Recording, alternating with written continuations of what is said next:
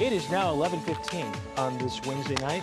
Just when we thought we were out of this winter, they pull us back in. Not so fast. Yeah, not so fast, says March. It was a pleasant February. I mean, I think it'll be a memorable one. But yeah, we still got some snow to get through. We average, about 10 inches from here on out the rest of the year, and that's just the midpoint. I mean, we could go above that. We've had some interesting marches around here. So let's not head down that road. Let's just deal with our system that's in play on Friday. Lots to talk about here in the forecast. Tomorrow, a quiet day, though. We'll have clouds and sun to start your day. Another cold start. We're back down into the 20s by evening. After a lot of sun tomorrow, we'll have some veiled sunshine throughout the day, but by evening, those clouds will fill in. We're still in the 30s. It's chilly out there this evening. We've got temperatures. Look at this out east, 25 Youngstown, 31 in Jefferson, 30 in Ravenna right now. We've got 30s back from areas near Norwalk, back into Ashland. Factor in the wind, it feels like the teens and low to mid 20s outside. So tomorrow morning, it's still going to have that bite to the air, albeit just a little bit of a breeze, but this is when you're waking up and getting up and at 'em.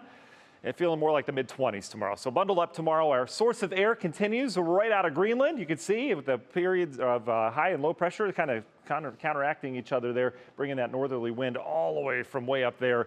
So it's a cold wind. Despite that March sunshine, going to work on that atmosphere. It's very strong this time of year. We are certainly not warming up much. All attention turns out towards the west. I mentioned at the beginning of the broadcast, the atmospheric river event, more rain and flooding out there. It's just unbelievable, some of these numbers coming in. But this little wave of energy that's poking off that low, that's going to come across the plains. This isn't Gulf of Mexico moisture like we've had the last couple of systems where it grabs that Gulf of Mexico moisture, pulls it northward. But it's also not Arctic air that doesn't have a lot of moisture. It's of Pacific origin. So there's quite a bit of moisture with this, enough to crank out some heavy snow in the northern end and some pretty decent rain on the southern end. And you notice the track of that low as it strengthens over Ohio, eventually heading out towards the east coast. We'll begin to crank some good snow out of this, but that track's right over the I-76 corridor. So if this thing shifts north a little bit, we'll have more rain. If it shifts a little bit further south, we'll have more snow. We happen to be right in that dividing zone. The northern end of this area is going to get some pretty decent snow. I think a good strip of 3, 4, 5, 6, even up to 8 inches. So let's talk about where we fall in that. National Design Mart hour by hour forecast. I mentioned the busy day tomorrow. Just kidding. It's going to be quiet. We'll have some clouds giving way to some sunshine. A little bit warmer tomorrow as well. Should make mid-40s south. That'll feel nice in the sun. A little bit cooler near the lakeshore still with that north wind. But here comes our precip with the storm. We pause this at 5 a.m. as we're getting going in the morning. Pretty decent snow. We could have some decent rates with this as well. Notice, depending on that track where the rain starts from Canton down towards the south, says our latest model run, and this is brand new data, the snow will come down pretty good. It'll be wet and heavy.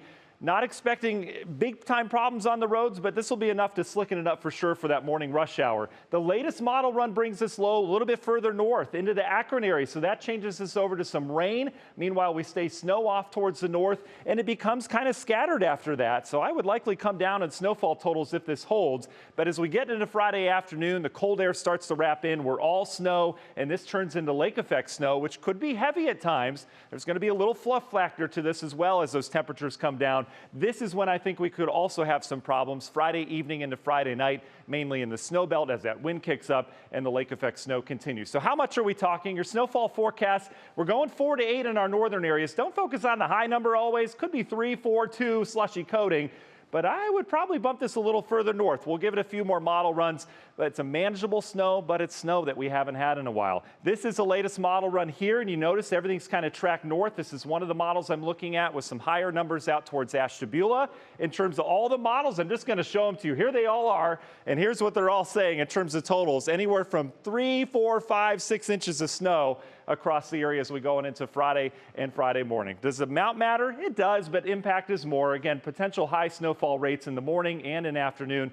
I don't think wind's going to be a big issue with this, and I don't think visibility or cold's going to be a big issue as well. After that heads by, we watch a Sunday system with some light snow. That one doesn't look too organized, but behind that, we turn on the lake effect Monday, Tuesday. That could be a bigger deal. We average 9.9 inches of snow from here. We're 84% done with winter snow, at least climatologically. Union Home Mortgage 10-day forecast, we stay in the 30s all the way through next week with more snow chances Monday, Tuesday, and another system to watch Friday and Saturday.